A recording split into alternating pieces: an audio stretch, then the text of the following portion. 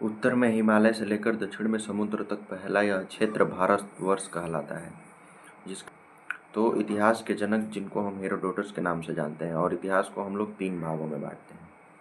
पहला है प्राचीन इतिहास, जो 712 एडी तक है, मतलब शुरुआत से लेकर और 712 एडी तक के इतिहास को हम लोग प्राचीन इतिहास कहते हैं। दूसरा है मध्यकालीन भारत, जिसे 712 से लेकर 1707 एडी तक हम अध्ययन करते हैं। और तीसरा है आधुनिक भारत, जिसको 1707 से 1947 एडी यानी कि अभी वर्तमान तक, जैसे 2025 तक हम अध्ययन कर सकते हैं। तो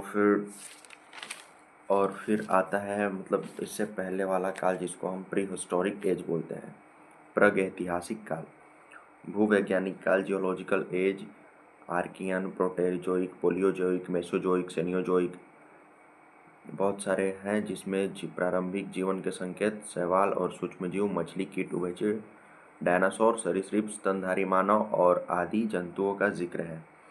तो भूवैज्ञानिक काल, वैसा काल जो प्राचीन पृथ्वी को समझने के लिए वैज्ञानिकों ने समय को विभिन्न युगों में बांटा है। इन्हें भूवैज्ञानिक युगों में धीरे धीरे जीवन और मानव का विकास हुआ। आधुनिक मानव का विकास लगभग 2 लाख वर्ष पूर्व अफ्रीका में हुआ। ऑस्ट्रोलोपैथिकस, होमो हैबिलस, होमो इरेक्टस, निएंडरथल मानव और लास्ट में होमो सेपियंस यानी कि आधुनिक मानव।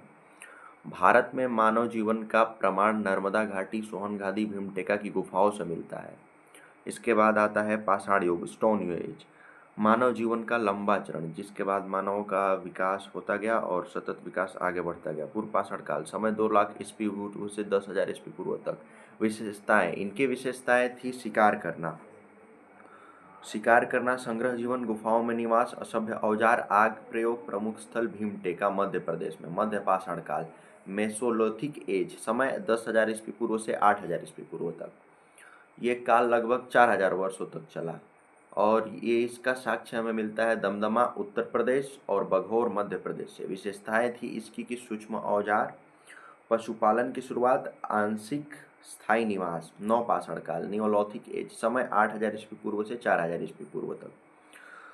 तो इसमें हमें स्थल जो है मेहरगढ़ बलूचिस्तान, जो अभी फिलहाल वर्तमान में बलूचिस्तान में हो गया है, चिरांद बिहार और बेलन घाटी उत्तर प्रदेश से मिलता है। इसकी विशेषताएं थी कि कृषि की शुरुआत हो चुकी थी, स्थायी जीवन अच्छे से मतलब विकास हो रहा था, और पशुपालन की भी शुरुआत हो चुकी थी।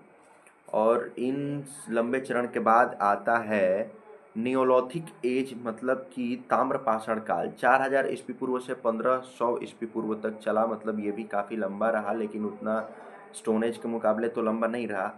तो ये ताम्र व पत्थर दोनों का प्रयोग होने लगा इसमें।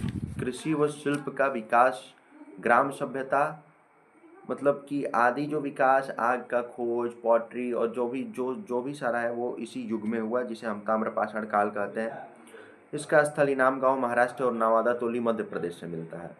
नीचे कमेंट में मैं आपको एक लिंक दे दूंगा, जिसमें ये PDF खुलेगा और जिसमें बहुत सारे होंगे